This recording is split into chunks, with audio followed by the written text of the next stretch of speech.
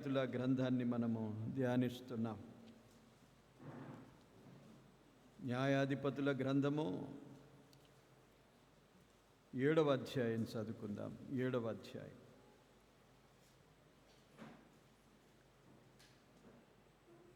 న్యాయాధిపతుల గ్రంథము 7వ అధ్యాయము మొదటి 3 వచనాలు చదువుతాను.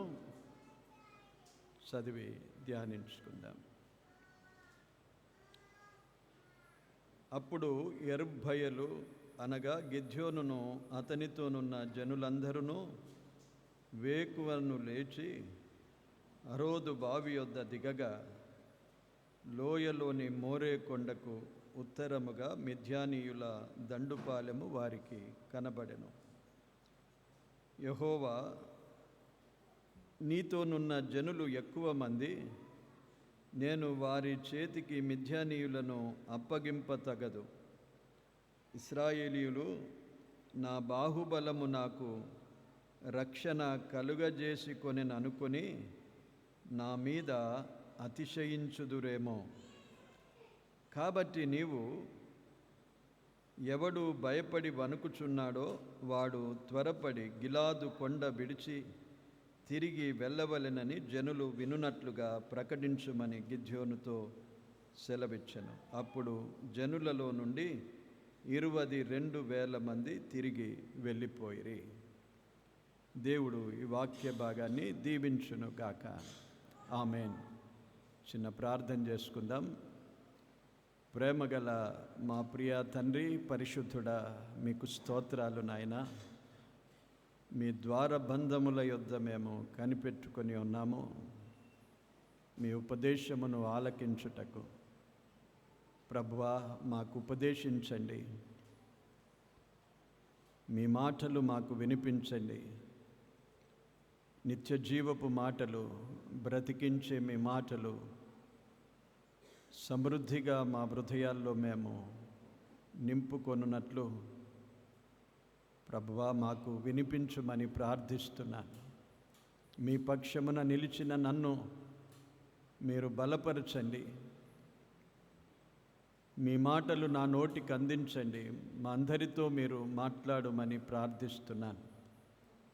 పిల్లల అల్లరి జరగకుండా వారిని మీ కాపుదలలో ఉంచండి ప్రభువా. శ్రద్ధగా మేము మీ వాక్యాన్ని వినునట్లు మీ కృపను అనుగ్రహించండి. మహిమ, ఘనత, ప్రభావములు మీకే చెల్లిస్తున్నాం. మీ నోటికి బూరగా మాత్రమే నన్ను వాడుకొమ్మని యేసుక్రీస్తు నామమున కృతజ్ఞతతో ప్రార్థించి వేడుకుంటున్నాము తండ్రి. ఆమేన్.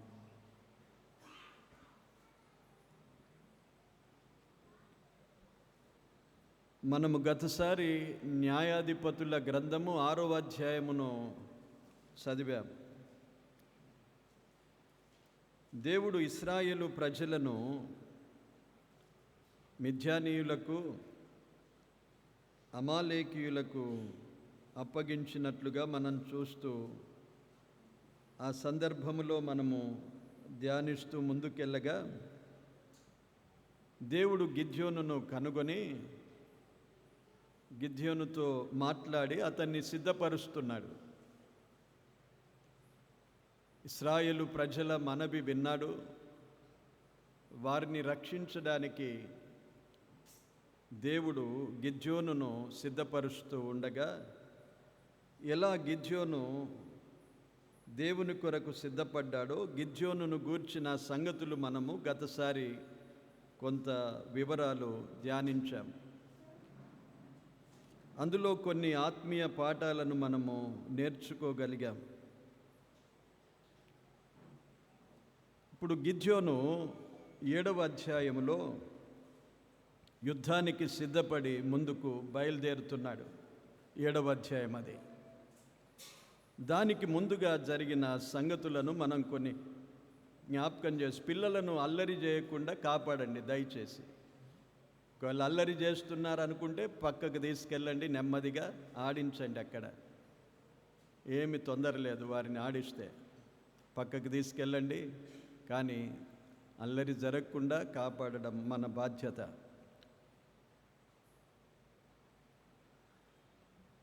గిద్యోను యుద్ధానికి సిద్ధపడ్డాడు. దానికి ముందుగా జరిగిన సంగతులు మనము చూస్తే గిద్యోనును దేవుడు పిలిచిన సంగతులు చూశాము. పరాక్రమము గల బలాఢ్యుడా అని పిలిచాడు. గిద్యోను యొక్క స్థితిని మనము ఆలోచన చేశాము. మనుష్య గోత్రములోని వాడు.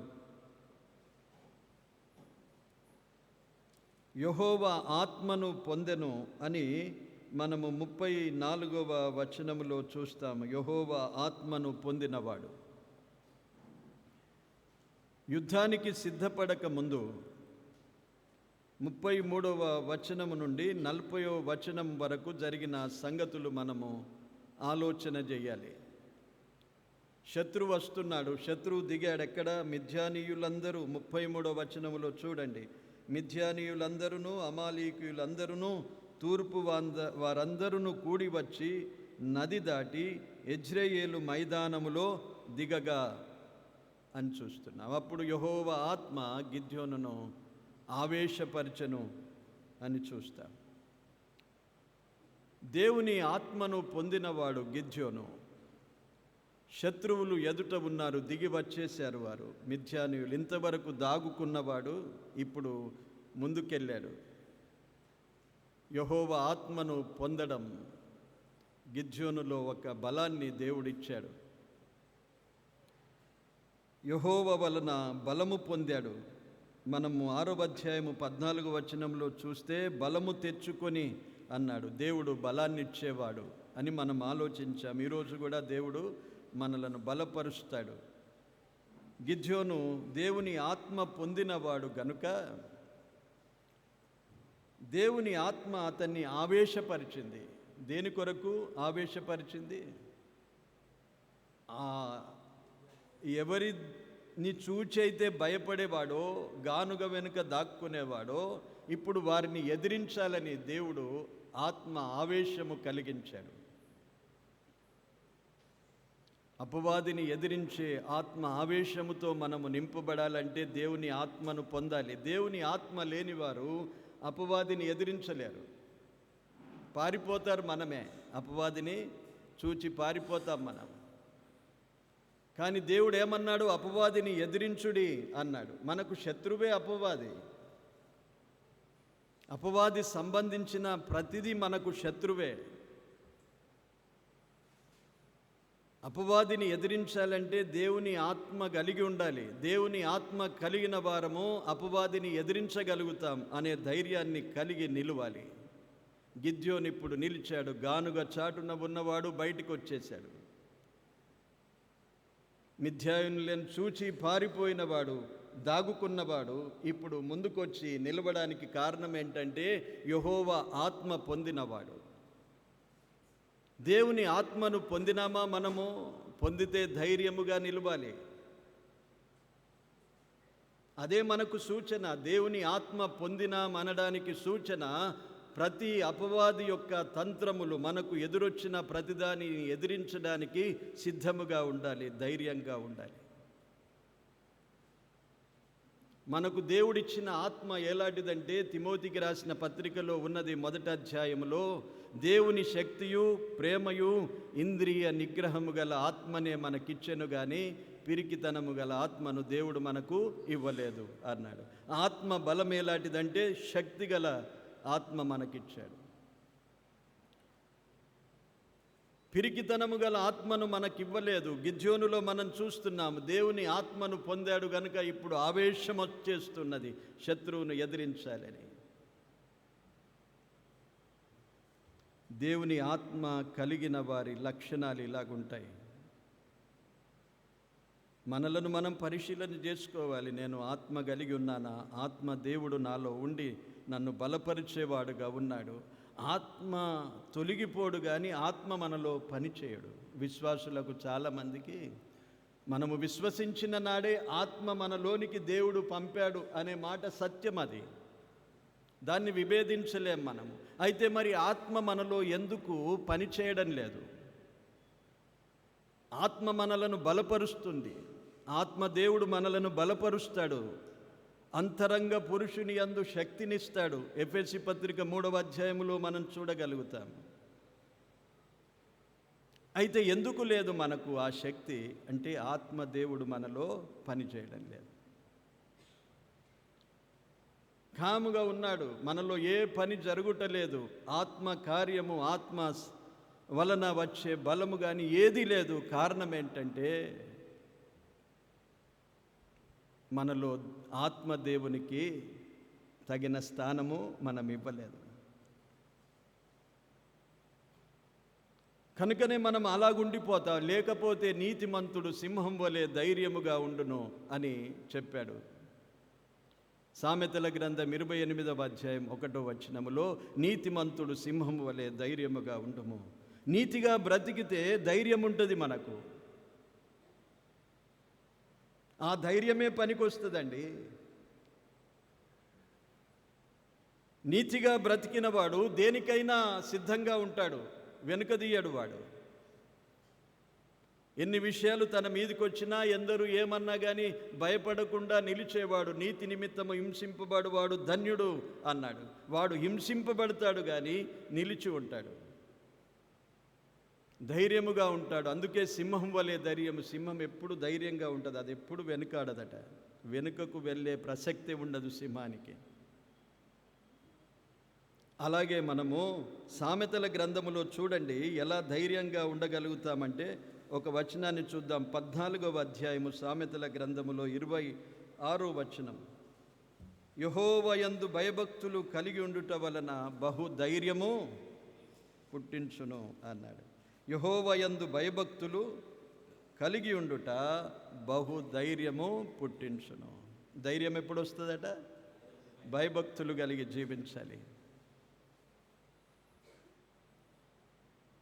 అందుకే మనకు ధైర్యం ఉండదు, ఎదిరించలేకపోతాం. అపవాది తంత్రములను ఎదిరించలేకపోతాం, శరీరులను ఎదిరించలేకపోతాం, అపవాది కార్యములను ఎదిరించలేకపోతాం. మౌనంగా ఉండిపోతాం. మన ఎదుటనే అన్యాయం జరుగుతున్నది, అపవాది తన క్రియలు జరిగిస్తున్నాడు. ఆ రోజు సంఖ్యాకాండం 25వ అధ్యాయములో మనం చూస్తే, ఇశ్రాయేలులందరూ మిద్యాను స్త్రీల చేత చెడిపోయిన తర్వాత దేవుడు వారి మీదికి తెగుళ్ళు పంపాడు. ఒకడైతే నేరుగా మిద్యాను స్త్రీని తీసుకొచ్చి వారి మధ్యలో ఉండిపోయాడు. అప్పుడు ఎవడు చప్పుడు చేయలేదండి, ఒకడు లేచాడు, ఫినెహాసు లేచి వారిద్దరిని చంపేశాడు. అప్పుడు తెగులు ఆగిపోయింది, దేవుని కోపము నిలిచిపోయింది. అలాంటి ధైర్యవంతులు కావాలి. ఎందరున్నారు అక్కడ? ఆ సమాజంలో ఎందరో ఉన్నారు, కానీ ఒక్కడు లేచాడు, ధైర్యవంతుడు. దేవునికి విరోధమైన కార్యాలు, దేవునికి అయిష్టమైన కార్యాలు, దేవుడు అంగీకరించని వాటిని మనము ఒప్పుకోకుండా ధైర్యముగా నిలిచే శక్తి ఆత్మ ద్వారానే జరుగుతుంది. శరీర బలం కాదు, మన ఆవేశాలు, మన కోపాలు కాదు. ఆత్మ మనలను ఆవేశపరుస్తాడు. ఆవేశం ఉన్నదా? శరీర ఆవేశాలు మనం ఎన్నో కలిగి ఉంటాము. ఎవరైనా ఏదన్నా అంటే దానికి చాలా మనము రెచ్చిపోతాం, కానీ దేవుని కార్యాలను గురించి రెచ్చిపోము. ఎప్పుడు నాకెందుకు పోన్లే అనుకుంటా. అదే మన మీద ఒక మాట పడని ఏదైనా ఎవరన్నా ఏమన్నానే దాని కొరకు ఎంతైనా లేస్తాం మనం. అది ఆత్మావేశము కాదు, మన శరీర ఆవేశం. అదే దేవుని కొరకు ఆవేశం కలిగి ఉండాలి. దేవుని ఆత్మ అలాగూ ఆవేశపరుస్తుంది. గిద్యోను ఆవేశముతో ముందుకు లేచాడు. ఏం చేశాడు చెప్పండి? ఆవేశముతో ఏం చేశాడు? పోయి మీద పడ్డాడా వారిని? ఇది మనం నేర్చుకోవాలి. ఈ ఆవేశం ఎలా ఉండాలి? దేవుని ఆత్మ మనలను ఆవేశపరిచినప్పుడు శత్రువులు అక్కడ దిగి ఉన్నారు, యెజ్రెయేలు మైదానములో దిగి ఉన్నారు. ఆవేశం వస్తూ ఉన్నది. ఇప్పుడు శత్రువులను ఎదిరించాలి నేను. అయితే ఏం చేశాడు చూడండి. బూర ఊదాడు అన్నాడు. బూర ఊదినప్పుడు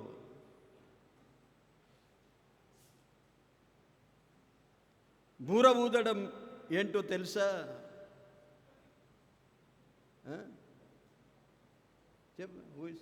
ఎవరో చెప్పారు కదా. అది అక్కడ అక్షరార్థంగా బూర ఊదడం. కానీ ఆత్మీయ స్థితిలో బూరలు అంటే దేవుని వాక్యాన్ని కలిగి దేవుని వాక్యాన్ని ప్రకటించడం. బూరలు ఊదడం అంటే ఆత్మీయ అర్థాన్ని మనం అర్థం చేసుకుంటే ఈరోజు మనకు బూరలు ఊదని అవసరం లేదు. మనం బూరలు ఇవే, దేవుని వాక్యమే ఊదాలి. మనం 2 బూరలు ఇచ్చాడు. ఆ రోజు యుద్ధానికి పిలువడానికి 2 బూరలు ఉంటాయి వారికి, వెండి బూరలు. సంఖ్యాకాండము 10వ అధ్యాయములో ఉంటుంది ఆ బూరలను గురించి. ఇప్పుడు మనకిచ్చిన బూరలు 2 బూరలు ఉన్నాయి. మనకు కూడా 2 బూరలు, పాత నిబంధన ఒకటి, క్రొత్త నిబంధన ఒకటి. 2 బూరలు మనం కలిగి ఉండాలి. కనుక మొదట ప్రకటించి ఏం చేశాడు? అందరినీ సమకూరుస్తున్నాడు. అబీయెజెరు కుటుంబపు వారు అతని యొద్దకు వచ్చిరి.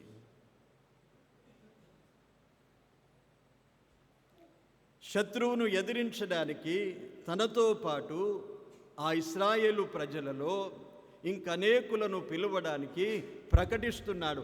అపవాదిని ఎదిరించడానికి, శత్రువులను ఎదిరించడానికి మనం చేసే పనేంటి?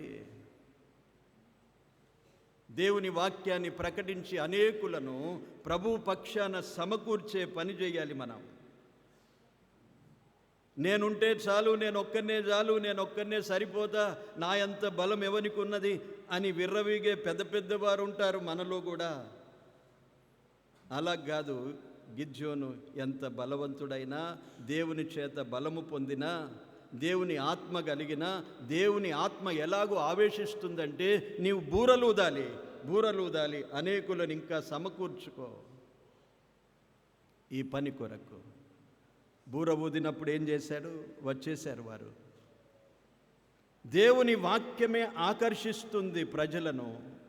గిద్యోను కాదు, నేను కాదు, మరొకరు కాదు. దేవుని వాక్యము అందించాలి.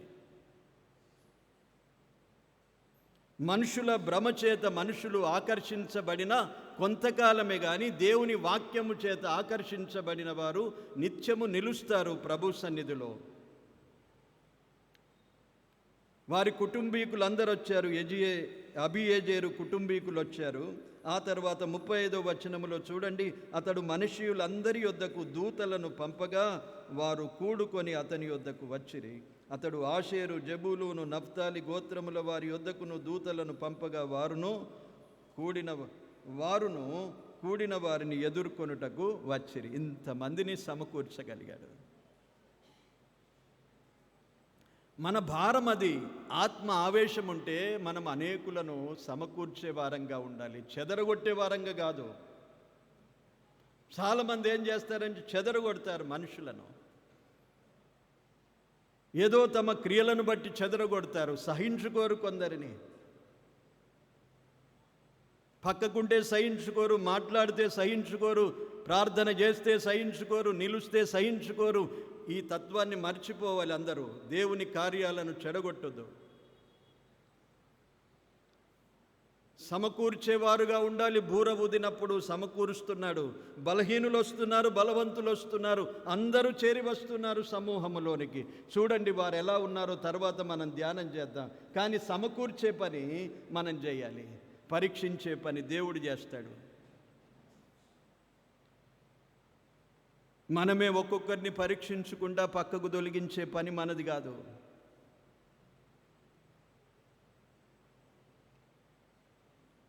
బూర ఊదినప్పుడు వీరి కుటుంబీకులు వచ్చారు.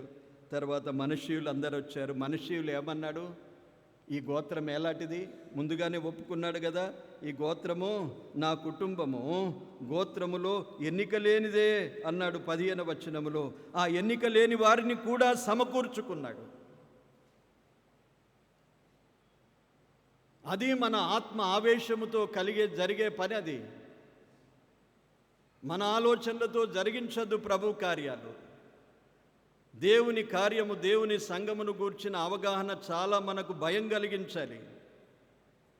ఒక మాట మాట్లాడుతున్నామా భయపడాలి. మనం సంఘములో ఒకరితో మాట్లాడుతున్నామా భయముతో మాట్లాడాలి. సంఘములో నువ్వు బయట ఎలాగైనా మాట్లాడుకో, దెబ్బలు తిని హింసించబడు, నేను ప్రభు కొరకు అనుకుంటే అది వ్యర్థమన్నాడు పరిశుద్ధ గ్రంథములో ఉన్నది.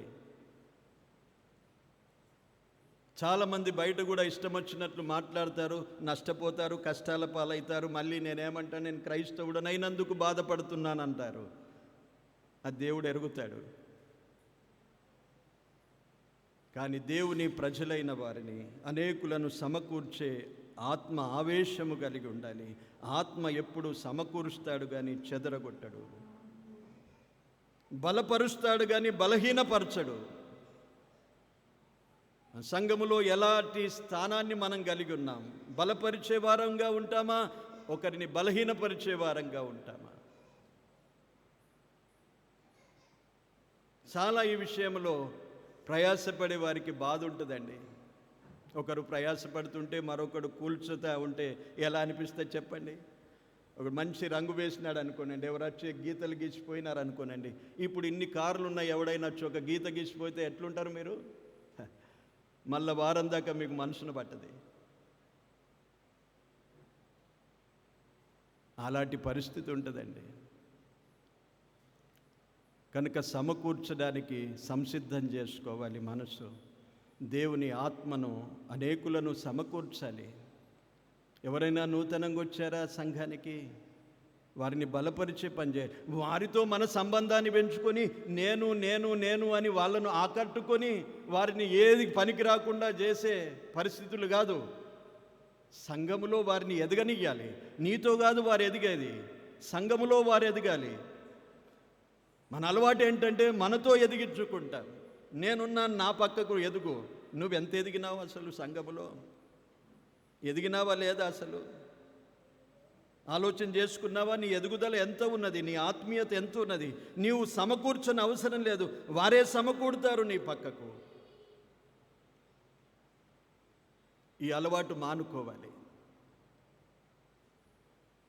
దేవుని సన్నిధిలో వారిని ఎదగనియ్యాలి.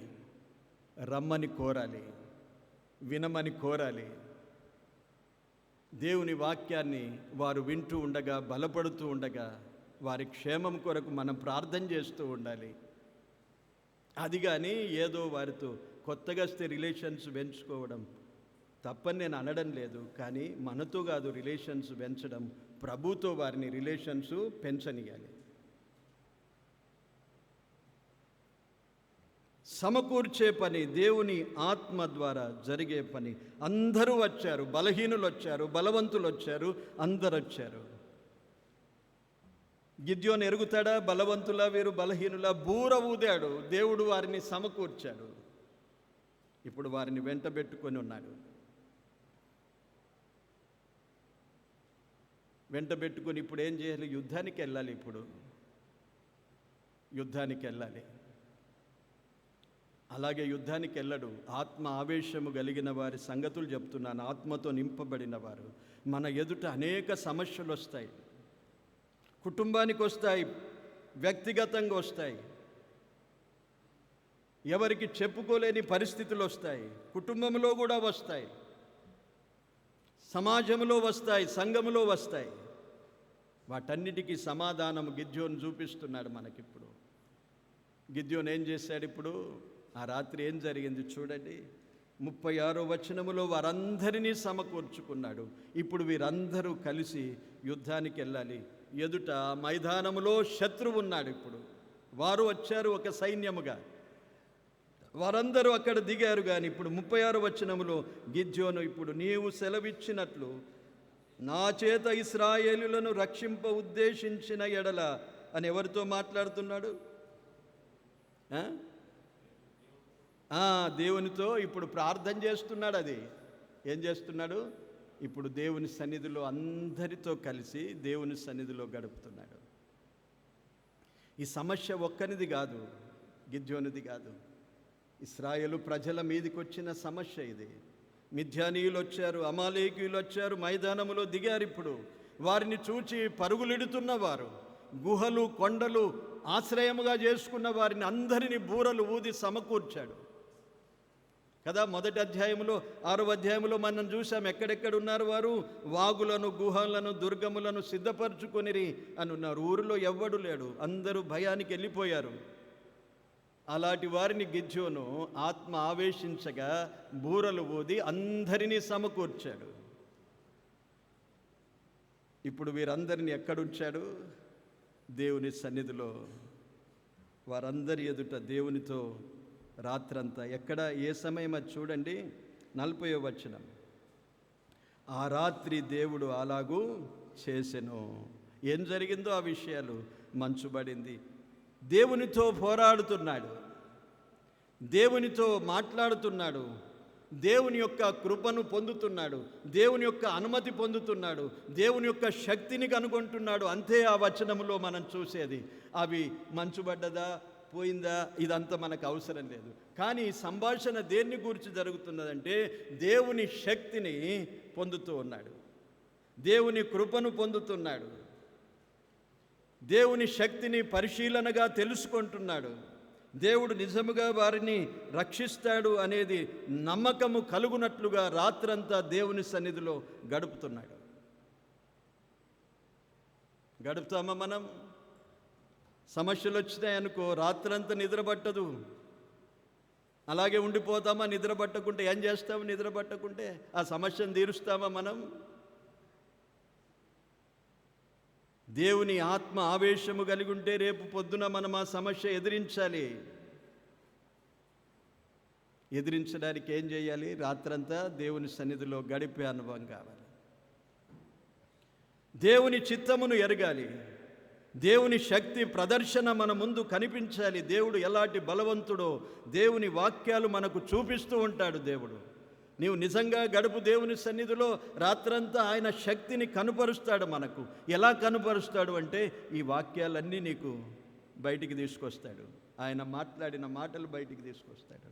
ఈ అనుభవం నేను పొందానండి, మాట్లాడుతున్నాను. అందుకే మీరు పొందండి. ఎలా దేవుడు తన శక్తిని కనుపరుస్తాడో, ఆయన వాగ్దానాలు ఉన్నాయి మనకు. ఈ వాగ్దానాలన్నీ బయటకు వచ్చేస్తాయి మనకు రాత్రులలో. మనము ప్రార్థన చేస్తున్నప్పుడు, దేవుని సన్నిధిలో అడుగుతున్నప్పుడు మన నోట దేవుడు వాటిని వచింపజేస్తాడు. మనం ఎన్నడెన్నడో మరిచిపోయిన వాగ్దానాలన్నీ బయటకు వచ్చేస్తాయి మన హృదయములో నుండి. ఈ తలంపులు ఎవరిస్తారు? దేవుని ఆత్మ ఆవేశము మనలో ఉన్నప్పుడు ఆత్మ దేవుడు మన జ్ఞాపకం చేస్తాడు.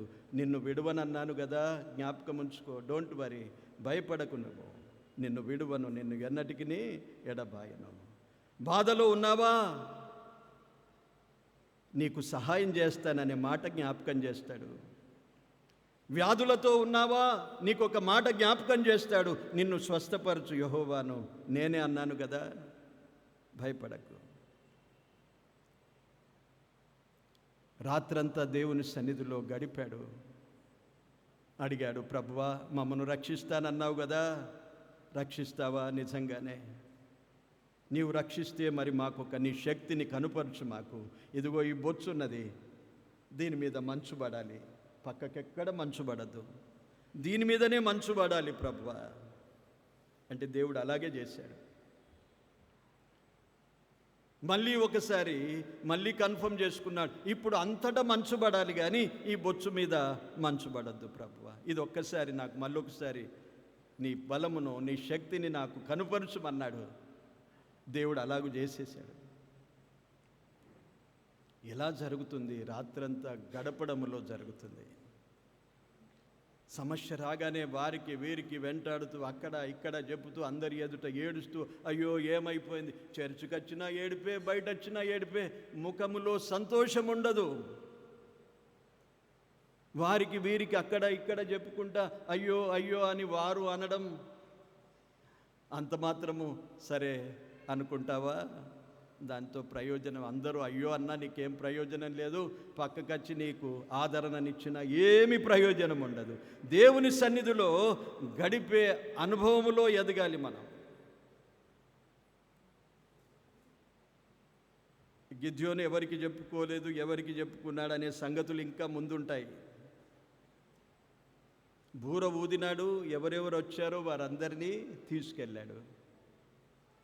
8వ అధ్యాయానికి ఇంకా ముందుకెళ్తే ఇంకా విషయాలు ఉన్నాయి. మనం ముందు దినాల్లో ధ్యానం చేద్దాం, ఇంకా చాలా విషయాలు. కనుక రాత్రి గడపడం, దేవుని సన్నిధిలో గడిపే అనుభవాలు మనము ఆలోచన చేయాలి. చూడండి, యాకోబు వచ్చేసాడు తిరిగి కదా. ఆ ప్రయాణం మనకు యాదుందా? జ్ఞాపకం ఉందా? యబ్బోకు రేవు దగ్గర ఆగిపోయాడు. యబ్బోకు రేవు దాటితే ఇప్పుడు తన అన్నని ఎదుర్కోవాలి. ఏం చేయాలి? అన్నని ఎదుర్కోవాలి. ఇప్పుడు అన్నను మోసపరిచి వచ్చేసాడు. అన్న యొక్క జ్యేష్ఠత్వం అంతా తీసుకున్నాడు. అన్నకు రావాల్సిన ఆశీర్వాదాలన్నీ తీసుకున్నాడు. ఇప్పుడు అన్న 20 సంవత్సరాలైనా ఈ పాపము, చేసిన పాపము యాకోబును విడవలేదు. 20 సంవత్సరాలు అయిపోయింది, తాను కూడా మర్చిపోలేదు, దేవుడు మర్చిపోలేదు. దేవుడు మర్చినా తాను మర్చిపోలేదు. దేవుడైతే మర్చిపోతానన్నాడు కదా. సరే, మనం విడిచిపెట్టుకుంటే మర్చిపోతాడు ఎప్పుడైనా దేవుడు. నీకింకా జ్ఞాపకం ఉన్నాయంటే నీవింకా విడిచిపెట్టలేదు కనుక దేవుడు కూడా మర్చిపోడవి. అపరాధములు ఒప్పుకొని విడిచిపెట్టుకొనివాడు కనికరము పొందును అని ఉన్నది. ఒప్పుకొనివాడు కాదు కనికరము పొందేవాడు. నేను ఒప్పుకున్నాను దేవుని సన్నిధిలో అని మనము చాలా గొప్పగా ఆలోచన చేస్తాం. తప్పు చేస్తాము, ఒప్పుకుంటాం, తప్పు చేస్తాము, ఒప్పుకుంటాం. ఇది జరుగుతూనే ఉంటుంది. మళ్ళీ యథావిధిగా నీ జీవితము కొనసాగుతూనే ఉంటుంది. ఏమి విజయాలు లేవు. ఒప్పుకున్నాను, అయినా నాకు అంతే జరుగుతున్నది. మళ్ళీ తప్పు చేస్తావు, మళ్ళీ ఒప్పుకుంటావు. దేవుని కనికరము కనిపించదు మన మీద. ఎందుకంటే నీవు విడిచిపెట్టేదాకా దేవుడు కనికరించడు. యాకోబు వచ్చేశాడు, కానీ మోసాన్ని విడిచిపెట్టలేదు. ఒప్పుకున్నాడు, కానీ మోసం విడిచిపెట్టాడు. అన్నను మోసపరిచి వచ్చేసాడు. అక్కడ పోయాడు 20 సంవత్సరాలు తన మామను లాబాను మోసపరిచేశాడు. అక్కడ కూడా మోసం చేశాడు. ఆ మోసపు గుణము విడిచిపెట్టుకోలేదు. ఇంకా ఇప్పుడు మళ్ళీ వెళ్ళాలి. అన్నను ఎదిరించడానికి శక్తి లేదు, ఇప్పుడు ధైర్యం లేదు. ఎలా వెళ్ళాలి? ఒంటరిగా మిగిలిపోయాడు. యబ్బోకు రేవు దగ్గర 2 గుంపులు చేసి పంపించేశాడు ఇతరులను. తానొక్కడు చింతతో ఉండిపోయాడు. కానీ ఒక పని చేశాడు. రాత్రంతా ఒక నరుడు ఏ నరుడైతే 28వ అధ్యాయం ఆదికాండములో దర్శించాడో, ఆ స్వప్నములో దర్శించి మాట్లాడాడో, ఏ దేవునితో తాను నిబంధన చేసుకొని వెళ్ళిపోయాడో ఆ దేవుడు మళ్ళీ అక్కడ దర్శించి నిలబడినప్పుడు నరుడనుకొని పోరాడాడు రాత్రంతా పోరాడితే అర్థమైపోయింది నరుడుగాడు. ఆ రోజు నాకు కనిపించిన దేవుడే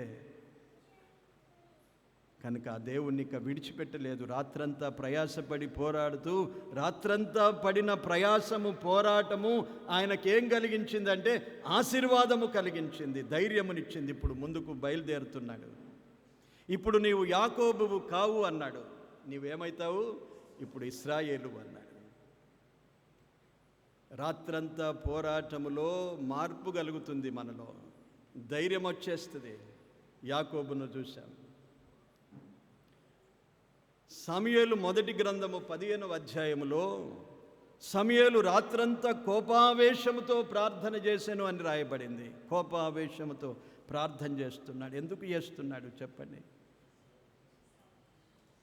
రాత్రంతా ప్రార్థన చేస్తున్నాడు. సౌలు పొరపాటు చేసేసాడు. సౌలును దేవుడు తిరస్కరించేశాడు. అయ్యో ప్రభువా, సౌలును తీసివేస్తే ఇశ్రాయేలు ప్రజల సంగతి ఏంటి? ఈ భారం కలిగిన వాడు సమూయేలు. సౌలు పోయినాడనే బాధ కాదు, సౌలును దేవుడు తిరస్కరించేశాడు. మళ్ళీ సౌలును తీసుకొని రాలేడు. ఎందుకంటే 1 కాదు 2 కాదు 3 సార్లు పొరపాటు చేశాడు. దేవుడు అమాలేకీయులను బొత్తిగా నాశనం చేయాలంటే ఈ సౌలేమో వారి పశువులనన్నిటినీ అలాగే ఉంచుకున్నాడు తన కొరకు. సమూయేలుకు భారం ఏంటంటే సౌలును గూర్చి కాదు, ఇశ్రాయేలు ప్రజలను గూర్చి. వారి సంగతి ఏంటి ప్రభువా? రాజును తొలగిస్తే ఇంకెవరు, మరి ఎవరు పరిపాలించాలి? ఎవరు వారిని దేవుని సన్నిధిలో ఎదిగించాలి? దేవుని ప్రజలుగా వారిని నడిపించాలి అనే భారముతో రాత్రంతా ప్రార్థన చేస్తున్నాడు. దాని ఫలితమే దేవుడు దావీదును చూపించాడు. రాత్రంతా ప్రార్థన చేసి దేవుని సన్నిధిలో కనిపెడితే దేవుడు తప్పకుండా నీ సమస్యకు పరిష్కారము చూపిస్తాడు. అపవాదిని ఎదిరించావా? ఎదిరించాలంటే రాత్రంతా ప్రభు సన్నిధిలో గడపాలి. అదే ఆత్మ ఆవేశముతో జరిగిన విషయాలు. ఆత్మను కలిగి ప్రభువులో బలంగా నిలవాలి మనం. అదే సూచన అండి. ఆత్మ అంటే ఏదో చేసుడు, ఏదో పడిపోవుడు, లేచుడు, అది పక్కకు పెట్టేసేయండి. అవి మన చేత కావాలి. మన చేతనైవే ఏంటంటే ఆత్మ కలిగిన వారు ఎటువంటి ఆవేశం కలిగి ఉండాలంటే దేవుని సన్నిధిలో గడిపే ఆవేశం మనకు కలిగి ఉండాలి. దేవుని సన్నిధిలో గడుపుతాను. 7 గంటల ప్రార్థన సమయం గడుపుతారా?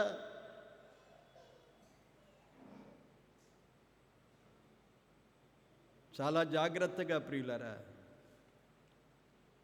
ఎందుకు దేవుడు మనకు అవకాశాలు ఇస్తున్నాడు? ప్రార్థన ప్రార్థన ప్రార్థన. మన సంఘములో 3 సార్లు ప్రార్థనలు జరుగుతాయి. శనివారం ప్రార్థన జరుగుతుంది, ఉపవాస ప్రార్థన జరుగుతుంది, 7 గంటలు నెలకోసారి ప్రార్థన దినమంతా జరుగుతుంది. ప్రతి వారము గొలుసు ప్రార్థనలు జరుగుతాయి. ప్రార్థన ప్రార్థన. ఎంత ప్రార్థన చేస్తే అంత అపవాది ఇంకా దిట్టుగా నిలుస్తాడు. అర్థమైందా? అపవాది కూడా సిద్ధపడతాడు.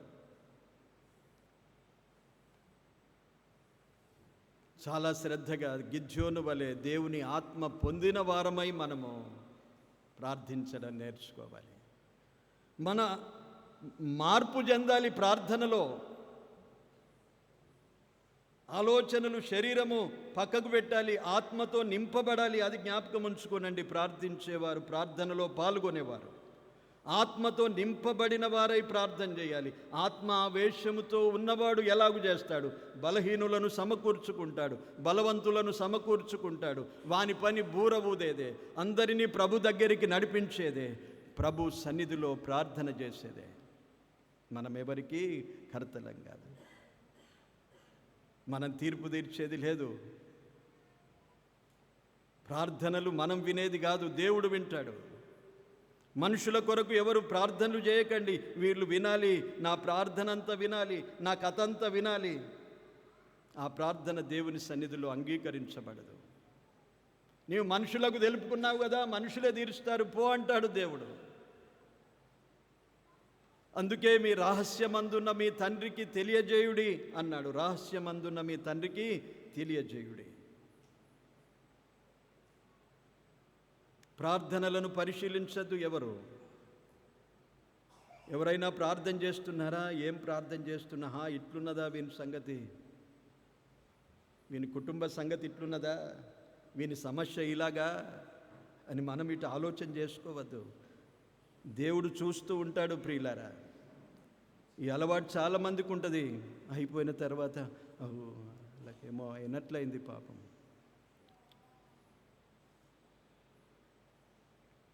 అంత సులువు కాదు. దేవుని సన్నిధిలో మనము దేవుని ఆత్మను మోసపరచొద్దు. చాలా శ్రద్ధగా భక్తిగా ప్రార్థనలు చేసేవారు ఆవేదన పడతారు, ఏడుస్తారు, మొరపెడతారు. ఆత్మ ఆవేశము కలిగినప్పుడు ఏదైనా ఆత్మ నడిపించినట్లు ప్రార్థన చేసేవారిని మనము విమర్శించే పని చేయకూడదు. చాలామందిని నేను చూశాను. ప్రార్థన చేస్తూ ఉంటే వింటారు, చూస్తారు, కన్నులు తెరుస్తారు. వారు ఏడుస్తున్నారా, గునుగుతున్నారా, గనుగుతున్నారా? ఈ పని చేస్తే దెబ్బతింటాం మనమే. ఆలోచన చేయండి. ఎలా ప్రార్థనలో మనం ఉంటామో ఆలోచన చేయండి.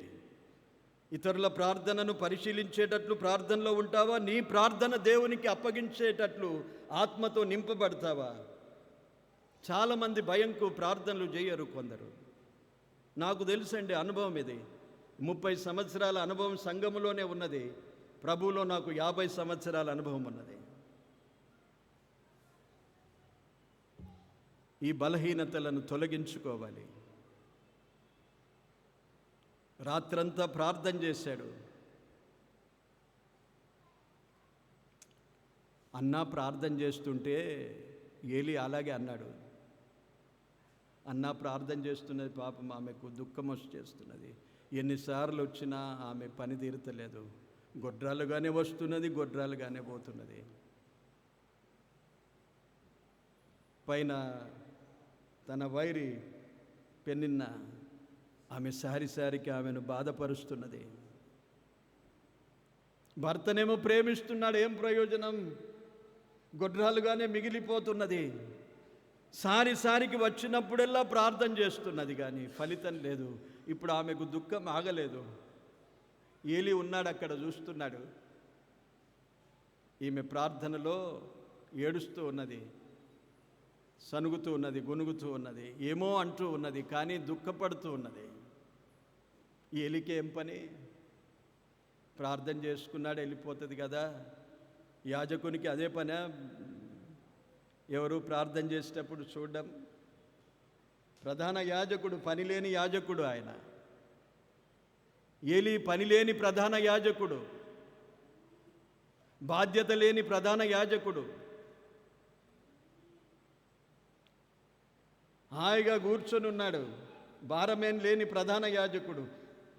అటువంటి వాడు అన్నా ప్రార్థన చేస్తుంటే ఆమెను ఏమన్నాడు? ప్రొద్దున ద్రాక్షారసం దాగి వచ్చావా?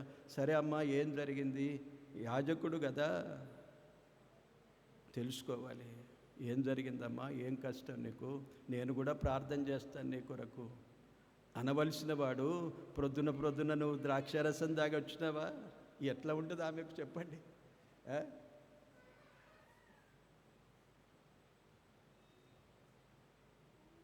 కానీ ఆమె మాత్రము పట్టు వదలక ప్రార్థనలో కొనసాగింది.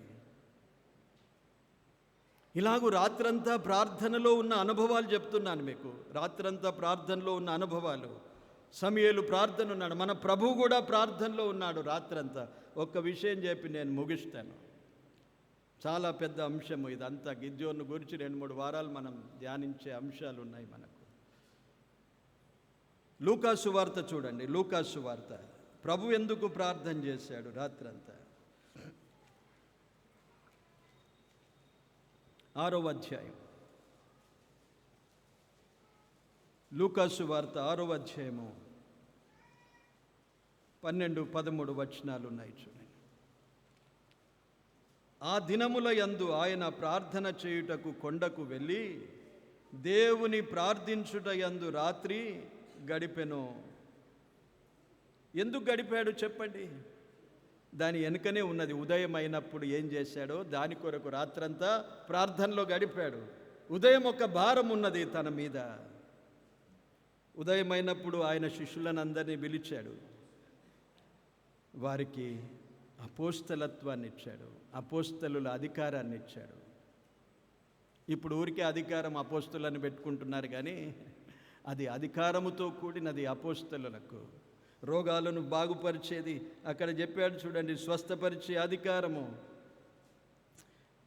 వారికి ఎన్నో అధికారాలు ఉంటాయి అపోస్తలులకు. అపోస్తలులుగా దేవుడు వారిని ఏర్పాటు చేయాలి. పెద్ద భారం ఉన్నది తన మీద. రాత్రంతా ప్రార్థన చేశాడు. ఎటువంటి భారాలున్నా రాత్రంతా ప్రార్థన చేసేది అలవాటు చేసుకోండి.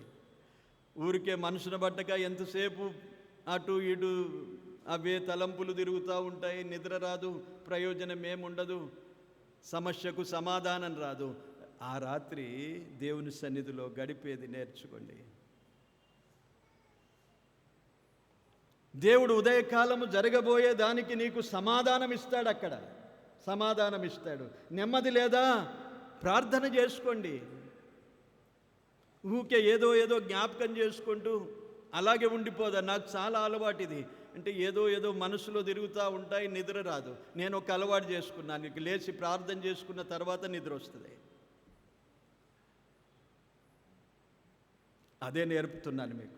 వాక్యములో ఉన్నది నేను గమనించాను, మీకు చెప్తున్నాను. రాత్రులు ప్రార్థన చేయడం, ఉదయకాలం మనకు ఏది ఎదురవుతున్నా, ఏది సంభవించనై ఉన్నది అని మనకు భయము తోచుచున్నప్పుడు దేవుని సన్నిధిలో ప్రార్థించేది నేర్చుకోవాలి. దేవుని యొక్క శక్తిని మనం పొందుతాం. గిద్యోను అదే చేశాడు. మహాబలాఢ్యమైన సైన్యము ఎదురుగా ఉన్నది. మిద్యానీయులు, అమాలేకీయులు ఉన్నారు. ఇంతవరకు 7 సంవత్సరాలు వారు పీడిస్తూ ఉన్నారు, పారిపోతూ ఉన్నారు. దేవుడు దర్శించాడు. దేవునికి స్తోత్రం అనుకున్నాడు. దేవుని ఆత్మచేత నింపబడ్డాడు. ఇప్పుడు వారిని ఎదిరించడానికి అందరినీ సమకూర్చాడు. అందరితో కలిసి దేవుని సన్నిధిలో ప్రార్థన చేస్తున్నా. కుటుంబంలో సమస్య ఉన్నదా? కుటుంబం అంతా దేవుని సన్నిధిలో ప్రార్థన చేయండి. కనీసం ఒక గంటైనా ప్రార్థనలో ఉండండి. రాత్రంతా లేకపోతే ఆ గంట సేపట్లో బహుగా దేవుడు ఆదరిస్తాడు. అందరూ కలిసి ప్రార్థనలో ఉండండి. వ్యక్తిగత ప్రార్థన ఉన్నదా? ప్రార్థన చేయండి. దేవుడు ఏం చేశాడు చూడండి. ఇప్పుడు 7వ అధ్యాయం మనం వచ్చాం కదా. ఇప్పుడు వారంతా వేకువనే లేచి, ఆ ఒక్క మాట చెప్పి నేను ఇక ముగిస్తాను. ఇది తర్వాత మనం మళ్ళీ ఈరోజు చదివిన వాక్య భాగాన్ని ముందుకు ధ్యానించుకుందాము. రాత్రి దేవుడు అలాగూ చేసెను అని చెప్పాడు 40వ వచనములో. రాత్రి గడిచిపోయింది దేవునితో. ఇప్పుడు ఉదయకాలం ఎలా లేచారు? ప్రొద్దున్నే గిద్యోనును అతనితోనున్న జనులందరూ అన్నాడు. ఏ జనులు? ఇప్పుడు అందరూ వచ్చి సమకూడిన జనులే ఇప్పుడు వచ్చారు. వీరంతా ఆయనతో వచ్చి, పైకి చూడండి, అందులో ఏం లేదు, అయిపోయింది. అప్పుడే చదివినాను కదా, పైకి చూసినండి. ఇప్పుడు ఈ జనులందరితో ఎక్కడికి వచ్చాడు? మళ్ళీ అక్కడ ఒక మాట ఉన్నది, అది నన్ను చాలా కొంతసేపు ఆలోచన చేయడానికి దేవుడు అక్కడ నిలిపి పెట్టాడు. జనులందరూ వేకువ లేచి హరోదు బావి యొద్ద దిగగా, లోయలోని మోరే కొండకు ఉత్తరముగా మిద్యానీయుల దండుపాలెము వారికి కనబడెను. ఇంతకుముందు ఎక్కడున్నారు వారు? 33వ వచనములో నది దగ్గర ఉన్నవారు కదా, నది దగ్గర ఉన్నారు కదా. 33వ వచనం చూడండి. తూర్పు వారందరూ కూడి వచ్చి నది దాటి యెజ్రెయేలు మైదానములో దిగి ఉన్నవారు. శత్రువు ఎలా తిరుగుతూ ఉన్నాడో చూడండి. ఆ శత్రువును కనుగొన సాధ్యం ఎలా అంటే, రాత్రంతా వీరు గడిపారు. ఇప్పుడు తర్వాత ఏం చేశారు? వేకువనే లేచారు. వేకువనే లేచే అనుభవం ప్రార్థన అనుభవం. అది అలాగూ లేచి ప్రార్థించేవారు ధన్యులు. దేవుడు అలాంటి కృపనిస్తే వేకువని లేచి ప్రార్థించే అనుభవంలో కొనసాగండి. అందరికీ ఆ కృప ఉండదు, కొందరు లేవలేకపోతారు. కానీ వేకువనే లేచే అనుభవం అంటే దేవుని సన్నిధిలో వారు హరోదు బావి యొద్ద దిగగా అన్నాడు. హరోదు బావి అది మనష్షే ప్రాంతములో, మనష్షేకు దేవుడిచ్చిన భూభాగములో ఉన్న ప్రాంతము. హరోదు అంటే భయము, బావి అంటే మన ప్రభువును చూపించేది. భయమును తొలగించే బావి మన ప్రభు అయిన యేసుక్రీస్తే. బావి అనేది ప్రభువును చూపించేది. జీవజల నదులు ఇస్తానన్నాడు. జీవజలపు ఊటలు నా నుండి ప్రవహిస్తాయన్నాడు. ఈ బావి ఎలాంటిదంటే ఊటలు ప్రవహించే బావిది. ఆ ఊటల దగ్గరికే, ఆ ప్రవాహము దగ్గరికే ఈ జనులందరినీ తీసుకొని వచ్చాడు గిద్యోను. వేకువనే మళ్ళీ ఎక్కడున్నారు? రాత్రంతా గడిపిన వారు అయిపోయింది, ఇక దేవునితో మాకు పని లేదు అనుకోలేరు. మళ్ళీ ఆ బావి దగ్గరనే కనిపెడుతున్నారు. అప్పుడు ప్రభు చూపించాడు వారి ప్రార్థన ఫలితం ఏంటంటే, ఇప్పుడు మైదానములో లేరు ఈ శత్రువులు. ఎక్కడికి వచ్చారు? లోయ దగ్గరికి వచ్చారు. వారు కనబడెను, దండుపాలెము వారికి కనబడెను అన్నాడు. ఆయన సన్నిధిలో ఒక వాక్యం ఉన్నది. సామెతల గ్రంథం 8వ అధ్యాయం. అనుదినము నీ గడప యొద్ద కాచుకొని, నీ ద్వారబంధముల యొద్ద కనిపెట్టుకొని నీ ఉపదేశమును ఆలకించువారు ధన్యులు అన్నాడు. ఆయన దగ్గరికి వస్తే ఏమవుతుంది? ఇప్పుడు ఉపదేశమునిస్తాడు. అప్పుడేమో తన శక్తిని కనుపరిచాడు. రాత్రంతా బలముతో నింపాడు దేవుడు రాత్రంతా. ఇప్పుడు ఆయన గడప యొద్దకు వచ్చేశారు. ఇప్పుడు దేవుడు వారికి ఉపదేశం చేస్తున్నాడు, ఎలా వెళ్ళాలి. అదిగో అక్కడ చూడు, అక్కడ ఉన్నారు శత్రువులు. ఇక ముందుకు ప్రభువే వారితో మాట్లాడుతుంటాడు. అదే హరోదు బావి యొద్దకు చేరిన అనుభవము, ఆయన గడప యొద్దకు చేరిన అనుభవం. అదే ఇప్పుడు దేవుడు ఉపదేశం ఇస్తాడు. అర్థమైందండి? ఇలాగ మన జీవితాల్లో ప్రభుతో కలిసి, ప్రభు దగ్గర, ఆయన పాద సన్నిధిలో, ఆయన గడప యొద్ద కాచుకొని ఉండాలి. రాత్రంతా ప్రయాసపడ్డామా, ఆయన శక్తిని పొందామా, ఇప్పుడు ఆయన యొద్ద కాచుకొని ఉండాలి. మనం ఏం చూపిస్తావు ప్రభువా, ఇప్పుడు ఎలా నేను ముందుకెళ్ళాలి? దేవుడు చూపిస్తాడు, అక్కడికి వెళ్ళాలి నువ్వు. ఎలా నడిపించాడో, దేవుడు ఏమేం చేశాడో అవన్నీ మళ్ళీ వారానికి మనము ఆలోచన చేద్దాం. దేవుడు ఈ మాటలు దీవించునుగాక. ఆమేన్. ప్రార్థన చేసుకుందాం. పరిశుద్ధుడవైన మా ప్రియ తండ్రి, ఘనమైన మీ నామాన్ని స్తుతిస్తున్నాం ప్రభువా. ఈ మధ్యాహ్నపు వేళ మీ మహాకృప చేత మమ్మను మీ సన్నిధిలో ఆరాధించే కృపతో నింపావు. వాక్య ఉపదేశము ద్వారా మమ్మను బలపరిచినందుకు స్తోత్రములు, వందనాలు చెల్లిస్తున్నాము. గిద్యోను యుద్ధానికి సిద్ధపడ్డాడు. దేవుని ఆత్మ పొందినవాడు, ఆవేశించబడ్డాడు. ఇవన్నీ మాకు ఆత్మీయ పాఠాలుగా నేడు మాకు నేర్పించిన ప్రభువా, మీకు స్తోత్రాలు, వందనాలు చెల్లిస్తున్నాం. అందరిని దీవించండి, మంచి ఆరోగ్యాలతో ఉంచండి. తిరిగి తమ తమ ఇండ్లకు వెలుచుండగా ప్రయాణాల్లోనూ తోడయుండి క్షేమముగా నడిపించమని మరొకసారి మీ చిత్తమైతే ఇలాగూ కలిసి మిమ్మల్ని స్తుతించే భాగ్యము మాకిమ్మని యేసుక్రీస్తు నామమున కృతజ్ఞతతో ప్రార్థించి వేడుకుంటున్నాము తండ్రి. ఆమెన్. ప్రార్థనందే శక్తి కలదు, నాకు వచ్చు సహాయము. ప్రార్థనందే బలము కలదు, నాకు నీచును ధైర్యము. ప్రార్థనందే శక్తి కలదు, నాకు వచ్చు సహాయము. ప్రార్థనందే బలము కలదు, నాకు ఇచ్చును ధైర్యము. నాకు పశ్చాత్తాపముతో నిండిన ప్రార్థన, ప్రాయశ్చిత్త యాగమైన ప్రార్థన. అనుగ్రహించు నడిపించు ప్రతి క్షణము నానాద. అనుగ్రహించు నడిపించు ప్రతి క్షణము నన్ను. నీ సన్నిధి చేరే ప్రార్థనే నాకు నేర్పుము. నీకింపైన ధూపముగా దాని మార్చుము.